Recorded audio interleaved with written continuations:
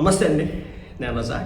ఎస్విఎస్ఎల్ Varma, Pithapuram Varma, TDP Varma వచ్చే ఎలక్షన్స్లో పవన్ కళ్యాణ్కి వ్యతిరేకంగా రాజకీయం చేయబోతా ఉన్నాడా, నిలబడబోతా ఉన్నాడా అంటే అవుననే విధంగా పోస్ట్ అయితే సర్క్యులేట్ చేస్తూ ఉన్నారు. ఇక్కడ దీంట్లో వర్మ గారికి సంబంధించి కావచ్చు, టీడీపీ వాళ్ళు చేస్తున్నటువంటి రాజకీయం కాదు ఇది ప్యూర్ కొన్ని పార్టీలకి సంబంధించినటువంటి వ్యక్తులు ఐడెంటిటీ పెట్టుకోకుండా ముసుగులో గుద్దులాట తెచ్చే విధంగా రాజకీయం చేస్తున్నటువంటి పరిస్థితి.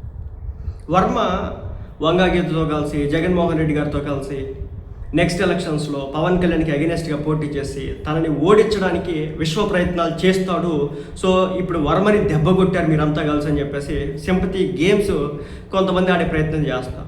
వింత ఏంటంటే వర్మ గారు రియాక్ట్ అవ్వట్లేదు. మీడియా ముందుకు వచ్చారు, తన నియోజకవర్గం కాబట్టి ఎంతో కొంత బాధ ఉంటుంది, తీసివేస్తే ఇన్ఛార్జి పదవి, ఆ బాధపడ్డారు. ఆయన వెళ్ళిపోయినాడు. ఆ తర్వాత నుంచి రాగం అందుకున్నారు. వర్మ గారికి రాజకీయంగా ఉన్నాయి, కొన్ని అఫిలియేషన్స్ ఉన్నాయి. అతను ఎమ్మెల్యేగా అక్కడ పోటీ చేయాలని, నిలబడాలని, కలబడాలని, గెలవాలని ఉన్నాయి.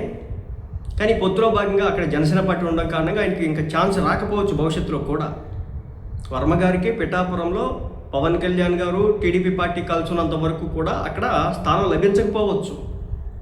కాబట్టి అక్కడ ఆయన ఎమ్మెల్యేగా పోటీ చేయడానికి సహకరించకపోవచ్చు కాలం. మరి అలాంటి క్రమంలో ఆయన ఆల్టర్నేటివ్ ఎదుర్కోవడానికి అవకాశం ఉంది. 2019 ఎలక్షన్స్లో వైసీపీ తరపున గెలిచినటువంటి పెండెం దొరబాబు, ఎవరైతే ఆయన వైసీపీ ఆయన ఉన్నాడో ఆయన కూడా జనసేనలోకి వచ్చేసినాడు. అయితే మొన్న ఎలక్షన్స్లో ఆయన గెలవడం తెలిసి వంగ గీతకి పవన్ కళ్యాణ్ గారి మీద ఎగనెస్ట్గా నిలబెట్టినారు.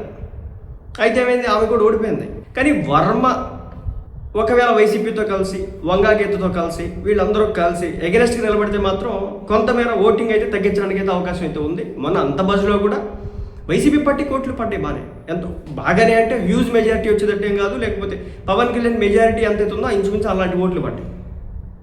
సో రాజకీయాలు రసవత్తరంగా అయితే మారిపోతున్నాయి. వర్మ గారు వెళ్తారా వెళ్ళరా అనేది ఇప్పుడు నాకైతే తెలియదు. కానీ ఒకవేళ వెళ్ళడానికి ఛాన్సెస్ ఉన్నాయంటే అవుననే విధంగా కూడా ఉంటాయి. ఎందుకంటే ఆయనకి పిఠాపురంలో బేస్ ఉంది. సో ఇండిపెండెంట్గా ఒకసారి పోటీ చేసి గెలిచినాడు, ఆయనకు నమ్మకం ఉంది. అలాగే వైసీపీ వాళ్ళు రెచ్చగొడతా ఉన్నారు. టీడీపీ ఎలాగో టికెట్ ఇవ్వదు అక్కడ నుంచి. మరి రాజకీయ భవిష్యత్తు కోసం ఆయన అటు పక్క ఏమైనా అడుగేస్తాడేమో, ఒక విశ్లేషణ మాత్రమే. కానీ ఆయన చెప్తుంది ఏంటంటే నేను టీడీపీ పార్టీతోనే ఉంటా, నాకు టీడీపీయే ముఖ్యం, మా అధిష్టానం ఏం చెప్తే అదే నాకు శిరోధార్యం అని చెప్పేసి ఆయన చెప్తూ ఉన్నాడు. సో ఇక్కడ దాకా ఎందుకు వచ్చిందా ఇదంతా అంటే ప్రతిదా విషయంలో కూడా వర్మ గారు రియాక్ట్ అవుతున్నటువంటి ఘాటు రియాక్షన్. చిన్నగా రియాక్ట్ అసలు ఏ నియోజకవర్గంలో ఉన్నటువంటి రభస అంతా కూడా పిఠాపురంలో కల్పిస్తూ ఉంటున్నారు. సో అందుకోసమే చెప్పేసి ఆయన తొలగించినారు.